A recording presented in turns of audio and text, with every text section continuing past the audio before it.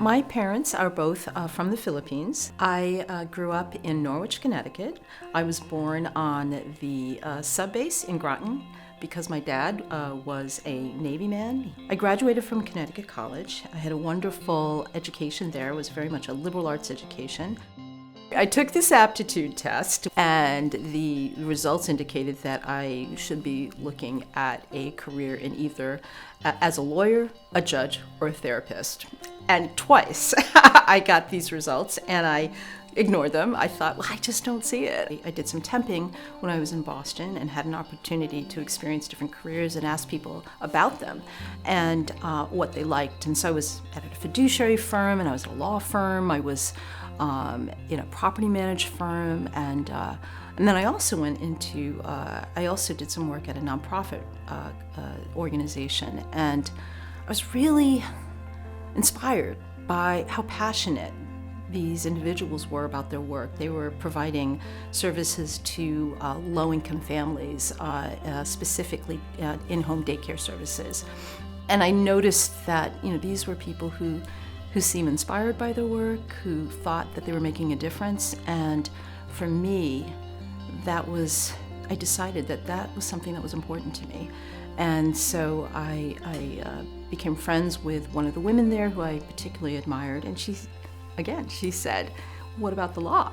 And I said, well, I told her what I had some ideas about what that was. And she said, well, there's many ways of practicing and many ways of using a legal degree. So my usual thing is to do some research and to read about it, to learn as much as I could. And so I was reading books about what a first-year law school experience would be like, what careers were possible in the law, and then I realized, wow, this actually sounds really interesting to me. And so I took the LSATs, and it turned out I really enjoyed taking the LSATs and studying for the LSATs, and that's when I started to realize this is going to be the right career for me. So I applied to schools mostly in DC because I thought I was going to be looking at public policy work, and I got into Georgetown, which is where I went, and loved it. So there were opportunities for incredible classes with, really brilliant people. I had one of my classes was I think it was women's legal history, and I had 3 professors, 15 students. It was amazing. I just loved it. The faculty were pretty incredible, and so I loved the courses that I had taken. One of my professors, Chuck Abernathy, who is still there, I took a civil rights class with him, and he was one of the persons who had kind of opened my mind to the possibility of working in state and local government. And he said, that's one of the areas in which you can really make a difference. After I graduated from Georgetown Law School, I returned to Connecticut, and I made application to the Connecticut State Attorney General's office. I was offered a position in the Child Protection Department. It was the department in the Attorney General's office that represented the Department of Children and Families. I was passionate about the work and became very interested in families and what keeps them together and how children are affected in environments that are perhaps not healthy. A lot of families who are struggling in raising their children have gone through a lot themselves, and so I'd like to think that I've developed some compassion and understanding, about that, so that was really important work to me, and I guess that's what I mean by being passionate about it, is really understanding how important it is in our society to try to deal with these conditions that lead to so much unhappiness, both within these families, but also in our society. There's a lot of suffering. I do believe that lawyers can make a difference in people's lives. I mean, I think it starts first by listening and being present for their clients, whether you're representing people who are in an agency or you're in a private practice situation. I mean, I think that's one of the foundations for not only being a good lawyer, but I'd like to think being a good judge. After 14 years in the Connecticut Attorney General's office, representing the Department of Children and Families, then I made application to become a judge in the state of Connecticut. I was appointed to the bench in 2004.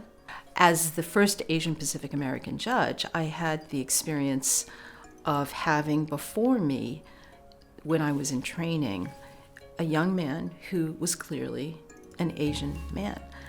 And he was young because he had his mother with him, so he could have been, under 20 or something. But I remember being so profoundly affected because I realized, as the first APA judge, that this may very well have been the first Asian judge that they have ever seen. And I remember they were looking at me kind of curiously, and because obviously they were a little afraid of being where they were. And part of me hoped that because they saw me and that I looked like them, that maybe they would feel that a little more comfortable. And in any event, it was something that made me realize how important it was that I was there. And in any event, I felt very privileged. I've always felt very privileged to be a judge, but that was one of those moments, and it was one of my very first moments being on the bench. I had a very interesting experience of where it was clear to me that there was what you would call implicit bias because of what I looked like. And this was another early experience. It was my first criminal jury trial in Enfield. And when I was sitting in Enfield, it was a time in which Enfield enjoys having a frequent, the media is a frequent presence there, and there's always a journalist that sits in the audience. And it was actually a sex assault in the third degree case, and there was a lot of, quite honestly, a lot of sensational aspects of this case. But what gets reported on the very first day is a rather descriptive report of me and how I handled the case and what I looked like. For example, they described me as being petite, and that you could barely see my head above the bench. I was trying to imagine any of my colleagues, male, who were also petite, and whether or not they would have any kind of coverage that would be similar to that.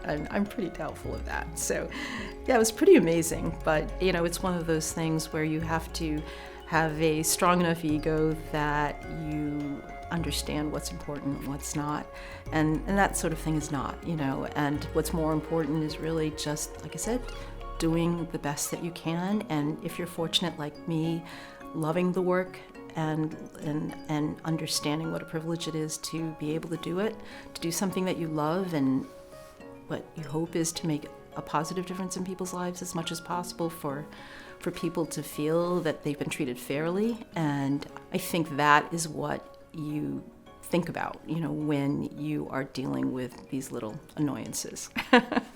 One thing I would love to add to this conversation is how much having good mentors is to a person's career and success.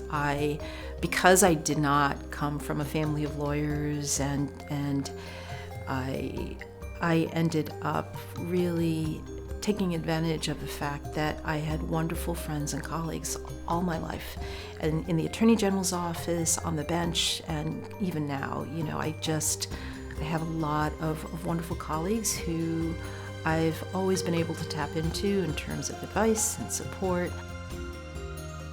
It's always challenging to balance a legal career and family. There are ways to make it work. I was fortunate to have the support of my mom at some point. I also had very good daycare. My husband's been supportive. I only had one child, so for me, that was what I could handle. So yes, it's very challenging to balance a legal career, even now. But it can be very satisfying. And again, I think that's why it makes a difference and means it's so important for people to really love the practice of law and to make sure that it's the right fit for them.